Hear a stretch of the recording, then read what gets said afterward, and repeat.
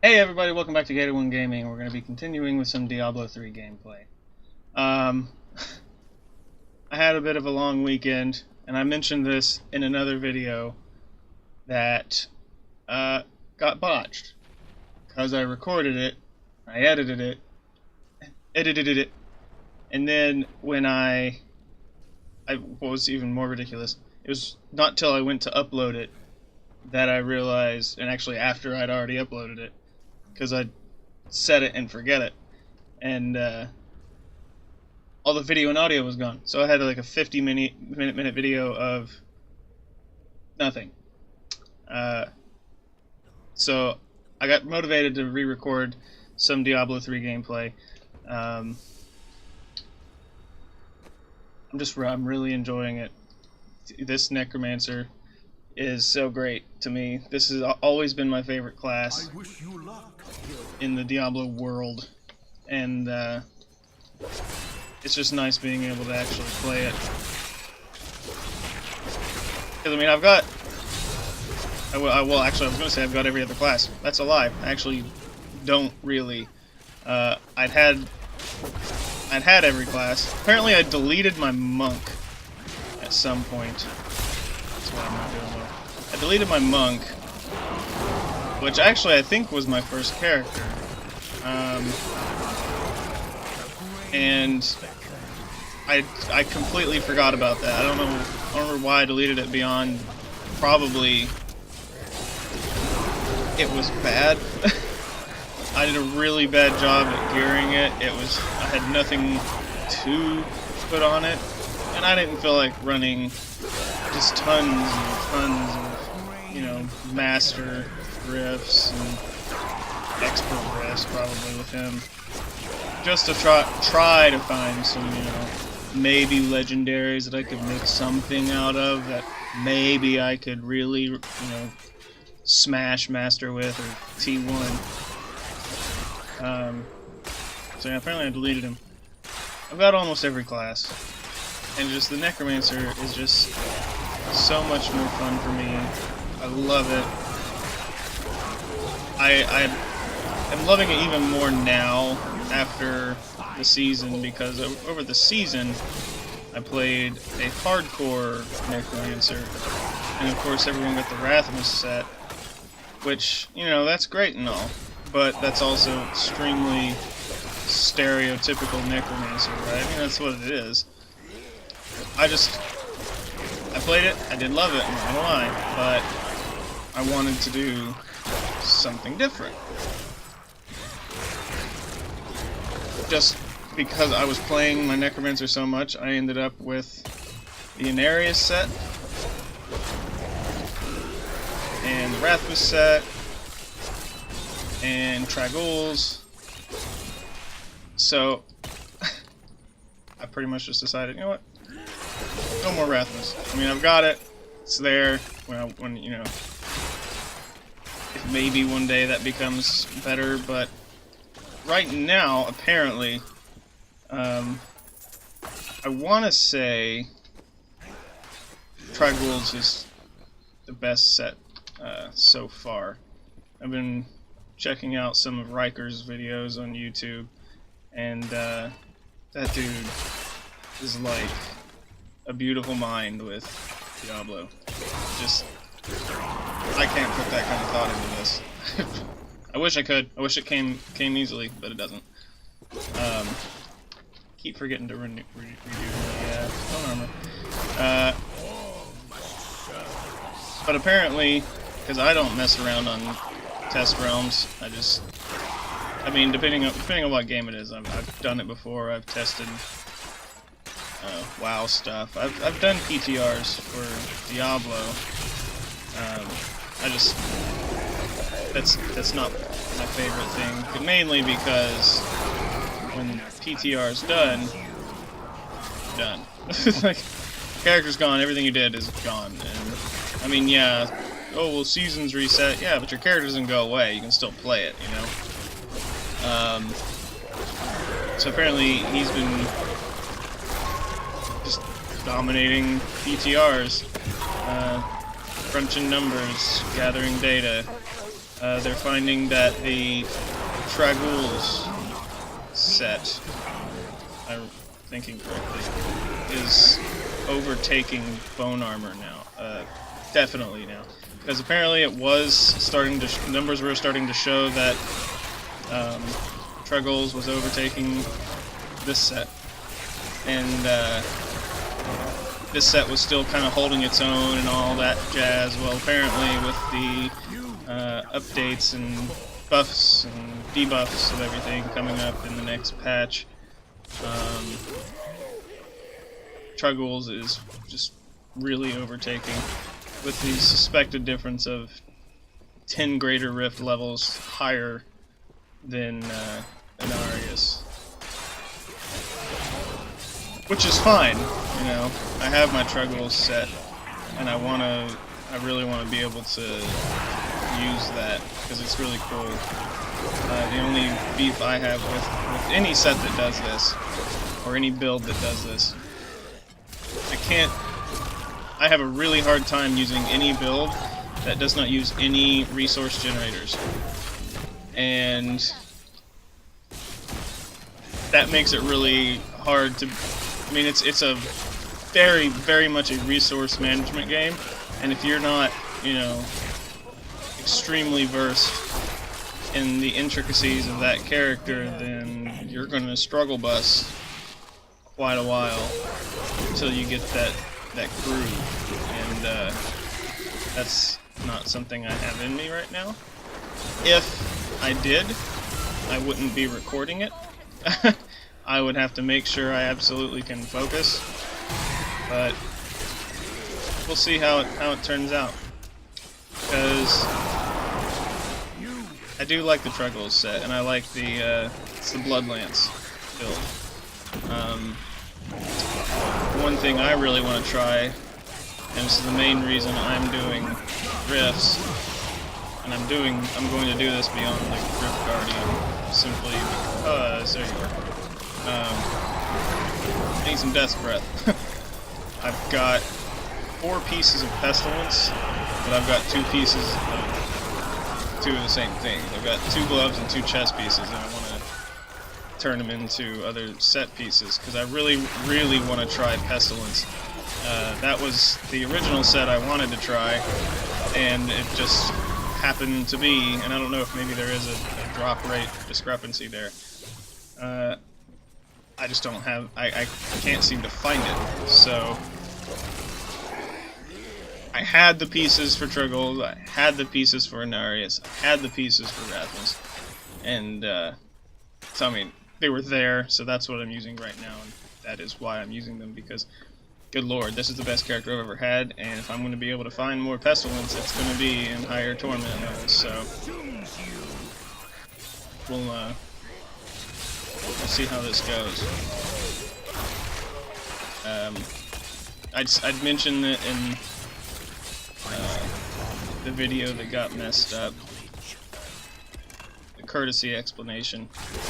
I had posted on Twitter that I was taking a short trip, just a couple hours away to see some family, and I'd had some videos pre-recorded, ready to go, so that when I came back I could drop them, and everything would be peach keen. And it's a good thing, because I usually try to record Monday, Tuesday, and Wednesday, and I did not have it in me to record Monday and Tuesday. I could not bring myself to. We actually had to cut our trip short and come back earlier on Sunday than we'd planned. Our dog started having seizures, focal seizures, so it wasn't the shaking, because that's painfully obvious. It took us a little while to realize what was going on with her. She was old, but oldish. She was 10 and a half, somewhere around there. But started having focal seizures, which basically means you just kind of stop and stare into space. You'll lose your balance and stuff like that. And she did that anyway. She was a very interesting animal. She had a lot of personality. So one of her favorite things to do was if you'd call her, she wouldn't respond. She wouldn't turn around and look like, yeah, well, you know, like a normal excitable dog, like, yeah, what's up? What do you want? You want to play? It was, she'd be walking, you'd say her name, she'd stop and stare, but she knew what was going on, and she just thought it was funny to ignore you just to get you to come over and, you know, pet her and give her more attention. And she, unfortunately, someone before we'd gotten her had docked her tail, and they messed it up really bad, so her tail was bad. And it almost looked like they broke it too, but it wasn't they didn't dock it long like you'd usually see. It was like they almost cut her tail completely off from the absolute base, and it looked really bad. But she just had this little nub, and you'd see her nub start wiggling, so you know she heard you. But that was her personality. That's just the way she acted, and we loved it. It's hilarious. It was absolutely hilarious. Their pestilence robe, and so she would do this space out thing, and she just started doing it in really weird places. Like, she'd go to a corner and stare, and then it'd only be like 5 seconds, and then she'd turn around and go away. And then slowly it just started getting a little bit worse and worse, and then finally we figured out what was going on. She just wasn't doing well. She was acting really strange on Sunday while we were still with family, and we decided let's just take her home, because she likes car rides. She doesn't like long trips. I don't either. But we took her home, and it just got worse, and we realized that's not good, because it turned into she'd be walking, and then she'd stop and stare, and then you could see her legs start shaking like her body's about to just stop, and then she'd catch herself really quick and then move on. And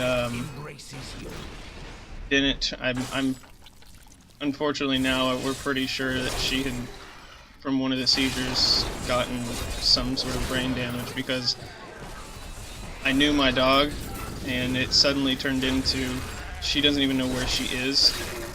She doesn't know what to do, because she started doing the same 3 things over and over and over. She would leave her bed, and she wouldn't even lay on it, which is also weird, because she was a 65-pound bulldog. She was huge, and she was old, and she had bad knees. She was an old dog, and she loved her bed. She'd always sleep if she got the chance. You know, if she wasn't eating, she was sleeping. And she wouldn't lay down. She'd come in my office.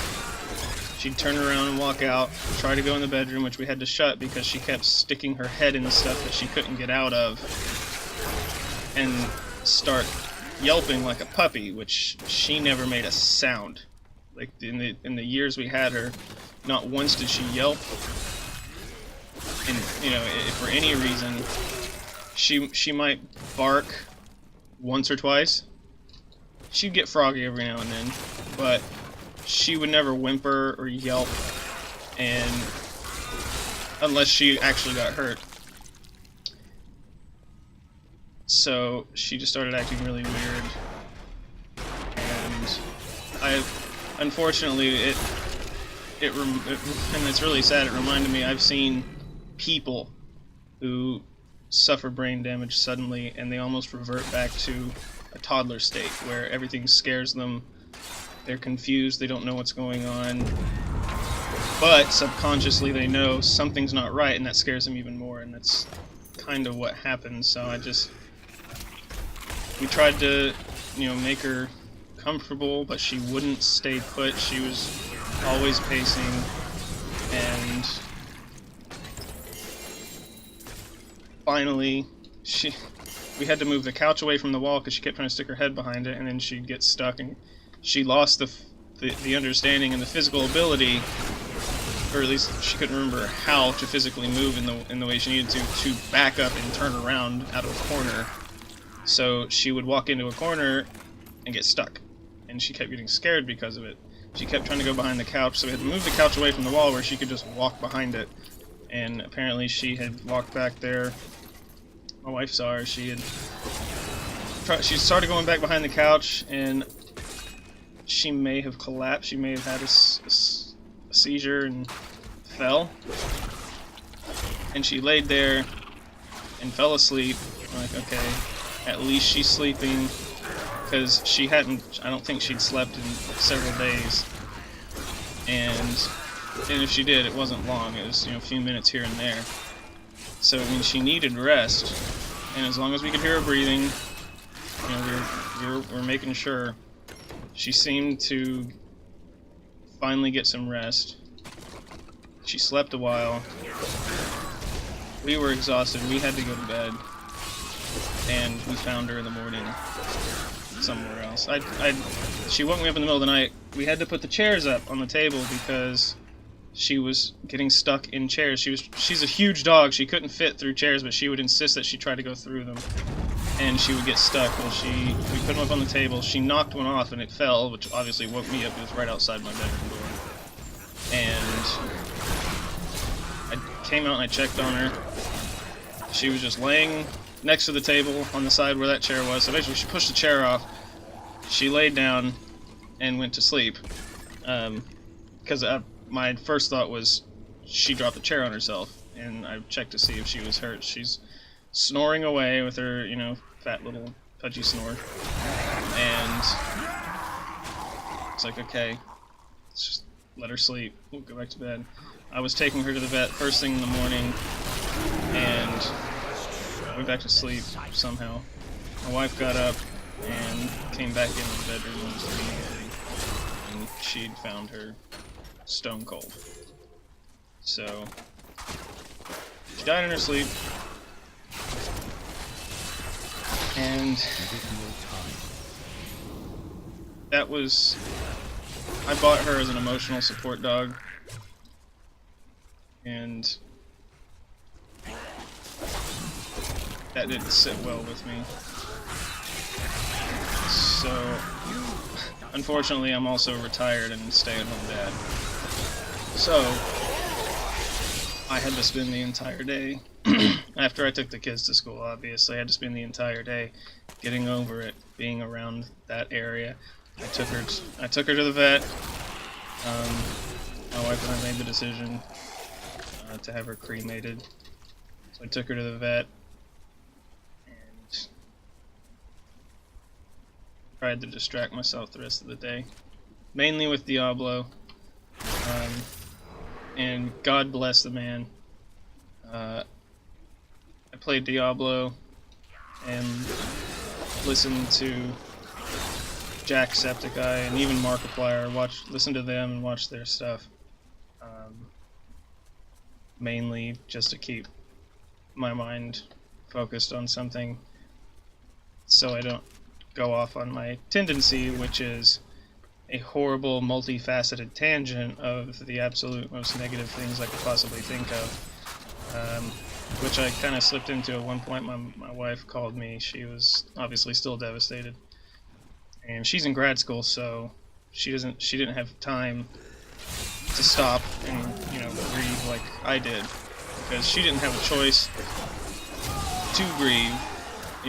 She had to go on with her day, because she absolutely needs to stay focused and do well, and she is. I didn't have a choice but to grieve. I couldn't get away from the house. This is just where I had to stay, and it took the entire day up until I went and picked up my kids, because I almost picked them up from school early, mainly just to have company in the house, and to just spend time with them so I wasn't alone. And I went and I picked them up.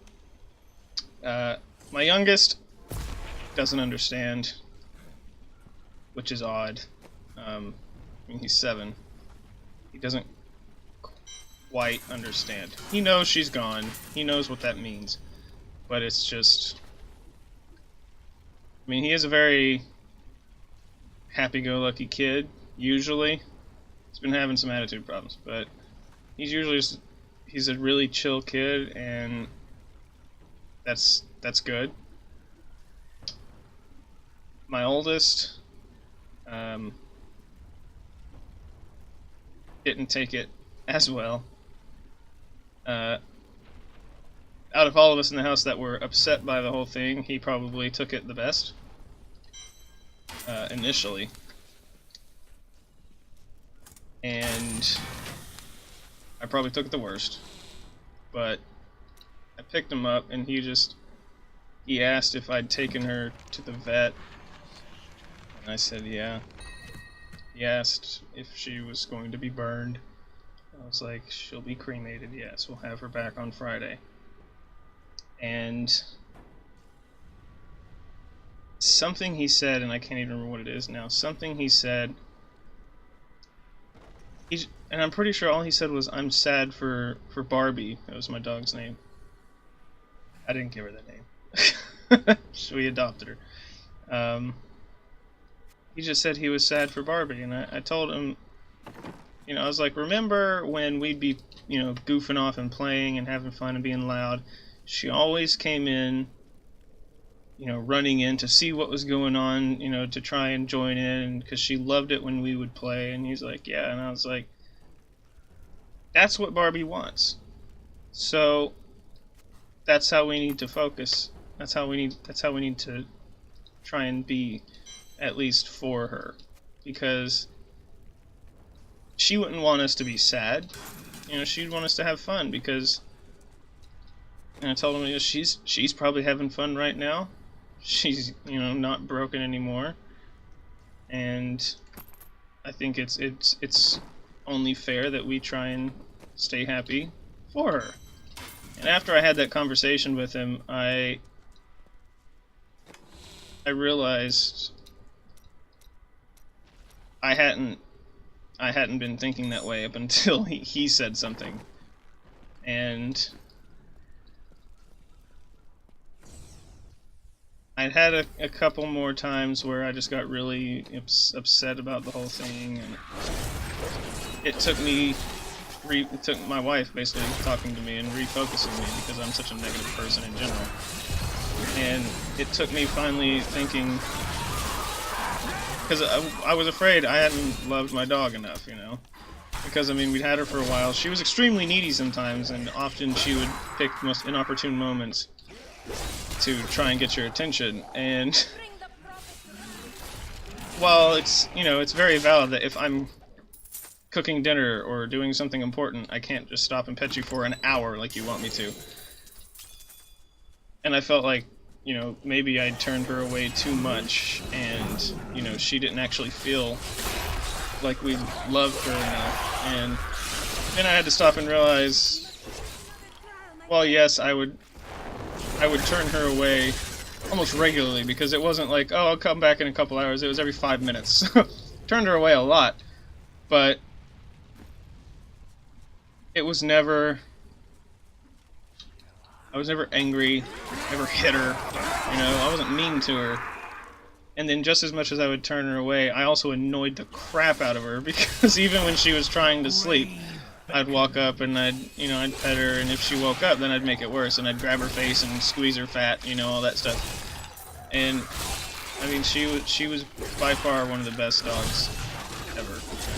And she's probably one of the biggest reasons I survived in the military, just to have that, you know, unconditional love from an animal that, like, even if I did, you know, yell at her for peeing in the house or whatever else, by the end of the day, she's wanting just as much love for me as she did the day before, and wanting to spend as much time with me as she could. So, by far, and that's a dog thing. That's why dogs are great. But dogs will love you no matter what you do. So, I mean, she will be greatly missed, and that's probably going to stay that way. But this point, I'm trying to focus on being better for her. Because I mean, I got her as an emotional support dog for myself, and if she knew when I was upset, and she didn't like it, and she wouldn't leave me alone if I was, so it's only fair that I continue to be better. I apologize for the horribly depressing tangent. I just... that was, you know, that was important. And of course my wife's, you know, I do want another dog someday. And I was like, part of the reason that, you know, we didn't take her straight to a hospital, you know, and spend, you know, our last dime on her. So we can't afford to do that, and that's equally as upsetting as the situation itself, because I mean, I love animals, all animals, except maybe spiders, not a fan, and earwigs. No earwigs. We had an earwig infestation here. Yeah, I think that's it. I would have spent every last dime, but if that was the case, I mean, it could have very easily been our very last dime to take her and have her tested. We'd go broke. So unfortunately, I had to make a choice between the survival of my family and the possible survival of my dog, because I mean, I cranked out as much research as I could, as fast as I could, talk to people. My parents, my mom had a dog that had grand mal seizures, and had them for years. And she's like, there's nothing you can do, you know, unless you go in for a checkup, and they're like, oh, we think there's something wrong, and they catch it really early on. You know, maybe there's a tumor or a lesion or something like that, and that's the whole consensus is once it's happened, and it's nothing you can really do. The frequency she was having seizures, because if it's like once a month that something weird's happening, you take them in, they'll test them, they'll charge you out the butt for it, and then they'll give you seizure prevention, basically, medications, Tol or something weird. There's 2 medications they can give to prevent seizures, and she was having multiple seizures, a couple hours, and then especially once the brain damage was already done. Pretty sure. I mean, we didn't have anything tested, so we don't know, but we're pretty sure once what we suspect was the brain damage was already done. There wasn't much we could do. She wasn't eating, and I think she knew something was wrong, and she probably wasn't going to make it, so she wasn't eating. So unfortunately, I honestly thought, because that dog was tough, I honestly thought she'll be fine in the morning. I'll take her to the vet. We'll have, you know, even if they're like, you know, she might have a week left, I'll be like, okay. And we didn't, and I regret not just staying up all night with her. Give it more time. 2, apparently with focal seizures, it will cause dogs to want to hide. Not always, but it will cause them to want to hide. And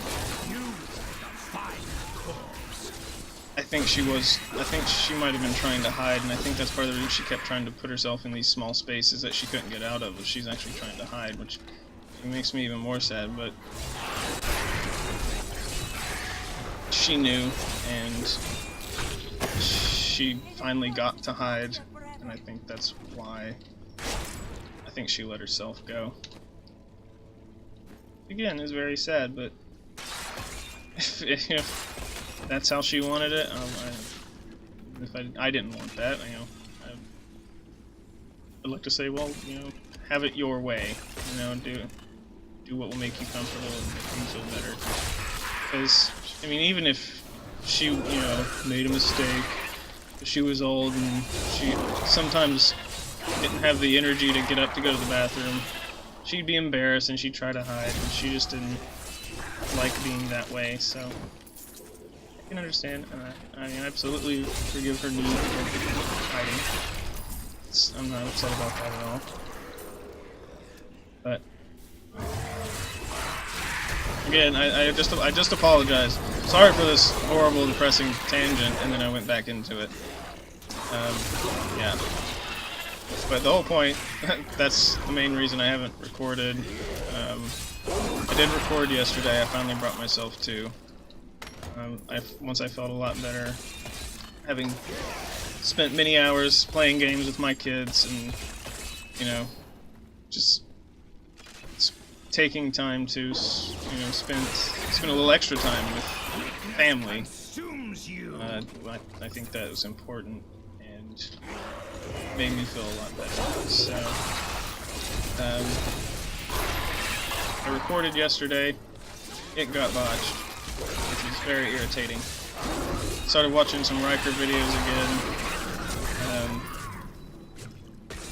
This guy, I want to know more about the game. I want to be better with the game. I want to be able to, you know, be the stat guru or whatever. I want to be able to understand the intricacies of the game. I'm not going to spend hours and hours and hours researching, sitting with a calculator. But if there's someone who can explain it to me, you know, I'm gonna listen to him. So I said, I watched some Riker videos. I've got several classes that I really want to fix. My Barbarian, I really want to fix. I was using a build on him that, I'm trying to think what it was, where it came from. There's some set, I think of rings or something like that. Basically, for every ancient piece of ancient gear that you have equipped, you get 100% increased damage or something like that. And so basically, I just had a bunch of legendaries. So I didn't have a set to use, which, you know, is equally as upsetting. So I used him, and he did okay. He at one point was my best character. Oh, right. I was wondering why stuff kept spawning. Sorry, when I would hit a pylon or, you know, something. I forgot I have Nemesis bracers. That was recommended for the build, and I think I had to go find some, but I guess for the purpose I'm doing this for, it's good, because I'm doing this for Death's Breath, so.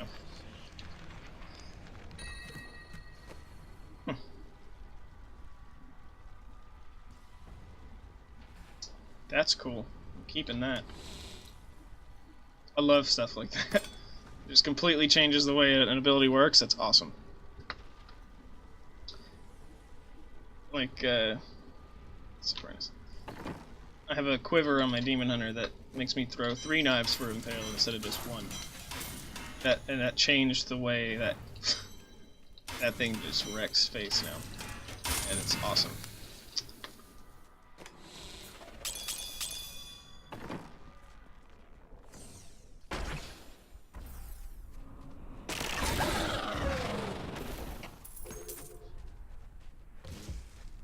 Hidden cash.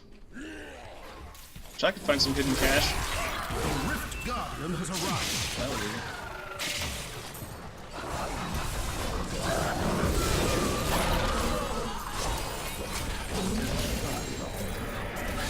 Yeah.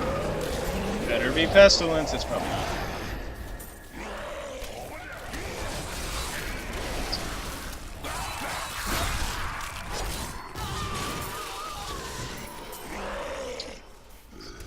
I think I only really need one more piece of Pestilence. I'll at least have 6 pieces that I can convert if I need to. This costs so much death's breath to do it.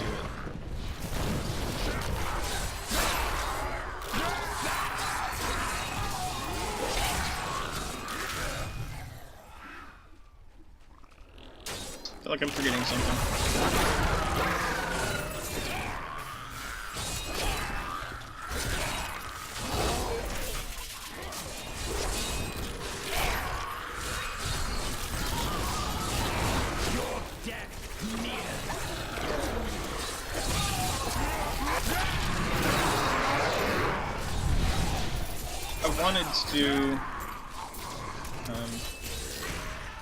I wanted to record Stardew Valley and put that up. I feel like everybody does that now. Play it regularly, but I feel like it's been smashed into the ground a few times. So if you want me to, I'll totally do it. I'll start a new one. I'll go through it. I'll probably mod it because it's fun. Really, there's only one mod I really like, and that's basically makes the greenhouse really big. Unfortunately, it's still split down the middle, which I don't like, but I guess for organizational purposes, it was supposed to be streamlined or growing a certain way. I don't care. Right now, I'm growing hops, and I have my kegs in there to basically pull them off the plant, put them in the keg. So it works for me. It's not even full yet, but that's really the only mod I think I have. Pretty sure it is. I don't even have the mount modded skin for it. That game was honestly so good the way it was first. I don't feel it needs to be modded.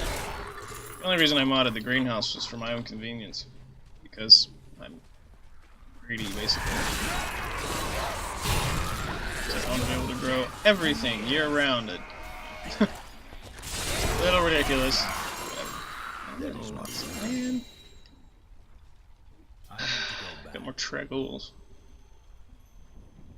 What that is?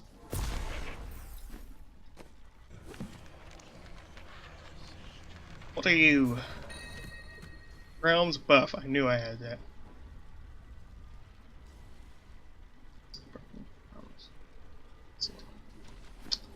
No. No. No. You were not ready.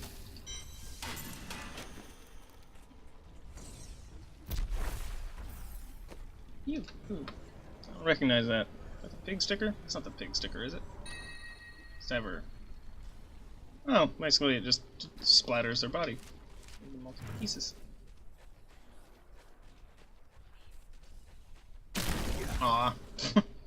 Just hoping I could basically teleport to you.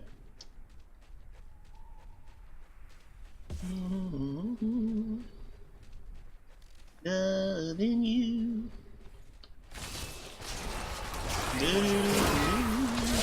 Come on. I'm mashing a button. Cycle.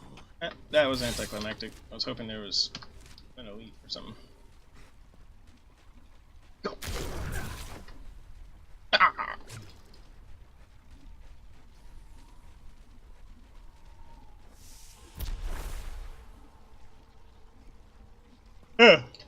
Here we go. Oh. Get wrecked. Started saying get wrecked very ironically. Long time ago. And I said it so much it became a habit. Now, my 7-year-old says it, and it's funny. It's not funny to a certain degree. But it's funny to me, because he can't say his R's very well. So it's usually get whacked. And he said it. He said something was getting whacked yesterday. He was watching me play this, actually. He's like, I'm sorry, what? He's like, it got whacked. It's like, what are you talking about? And he was talking about my pet. For some reason, he thought my pet, my non-combat pet that cannot die, was getting whacked. It's like, no? He tried to justify it by saying something was hitting it, and I was like, no, it's not. It's still there. And as soon, even as he said that, it's running around picking up gold, and I'm like, see, it's not whacked.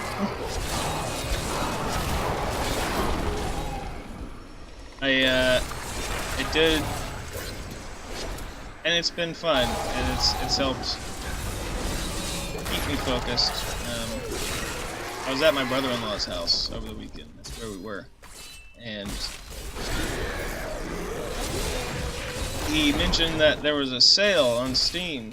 There was a Dead Island bundle, and you could get 1 and 2 and the retro one that looks so stupid to me, but you get that for 12 or 13 bucks or something like that. And each game was $6, you know, on sale. So we talked about it, and we're like, yeah, let's get Riptide. Let's get that. Check it out. Play it, because for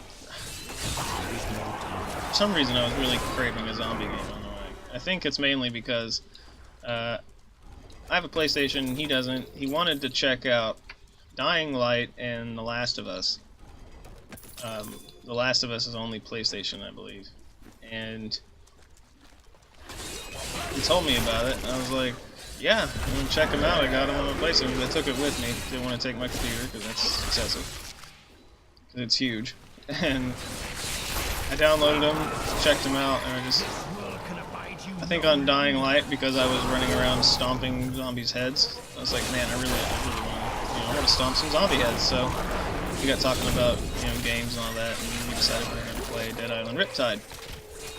And so we got it. We've been playing it, and it's been a lot of fun.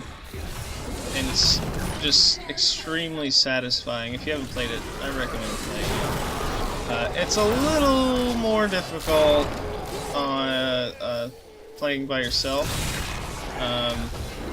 because we're mainly just playing it together, and tried to play a little bit by myself, and it's doable. It's a lot slower and a lot more dangerous. So we've been playing it, and it's so great. Mainly because the character that I chose is very skilled with hand-to-hand combat. So I'm running around with brass knuckles and claws and stuff like that. It's just extremely satisfying to run up to a zombie, kick it in the chest, knock it over, then jump on top of it and start pounding on its face and just beating the guts out of its face, which is odd. I know, you have guts in your face. You have brains. I was going to say something else, but it came out really wrong. Beating the zombie to death with your fists is just satisfying to me. So that's... He's decided one day he's going to start a new character because he wanted to try something else, and I was like, yeah, it's fine. I'll play mine, and we'll keep going. He's trying to apologize, like, sorry for, we're doing some of the same quests or missions over again, and I'm like, dude, I'm just here to kill stuff. Like, it's that satisfying. I could just run around and kill stuff all day, make no progress, and I'd be perfectly fine.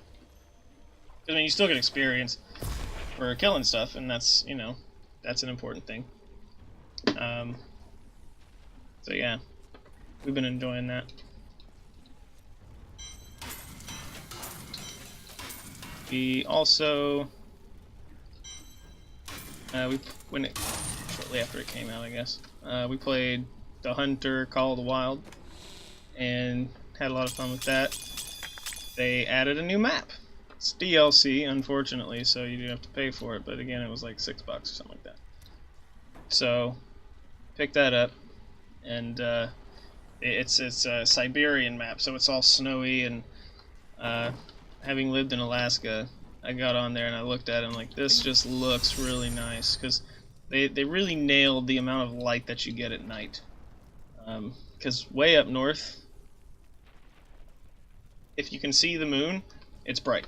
It's insane. Mainly, at least for Alaska, because of the lack of pollution in the air. Um, if it's a clear night and you can actually see the moon is super bright. You don't need flashlights and all that.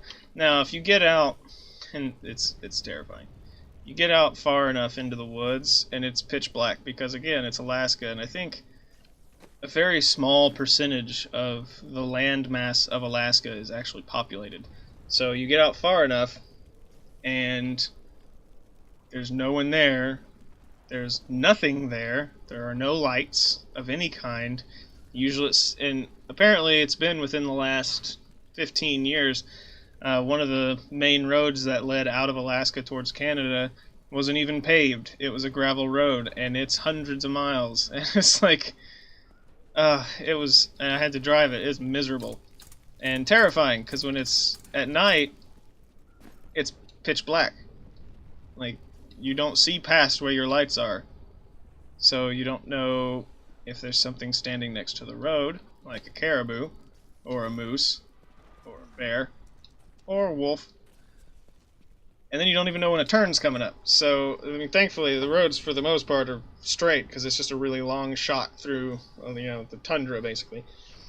But the nights were so beautiful. And even if I was out, working at night,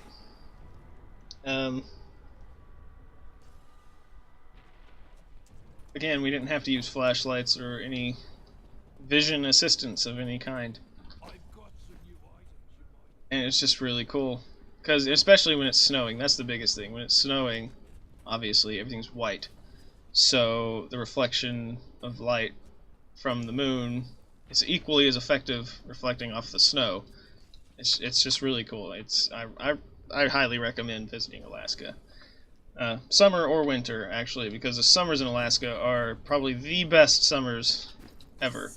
It's ridiculously sunny. It's ridiculously bright, because just like the moon being super bright at night, because of the lack of pollution, still, with the sun up, I had never seen a sun that bright. Like, I'm from West Virginia. Coal mines. Obviously, there's tons of pollution in the air, whatever. Even in the brightest day that I'd seen in West Virginia, it's nowhere near the same as it is in Alaska. It's completely unmarred. It's probably the best word for it. And to the point, even if sometimes if it's super sunny outside, you're in your house, all your lights are on, you're like, okay, I'm pretty adjusted to the light. You go outside and you're like, ooh, that's a little bright. In Alaska, you can have all your suns on inside, all your lights on inside, and you're like, oh, gotta go to the store. You walk outside, and it's not just, ooh, that's a little bright. That's, oh, God, I can't, ow!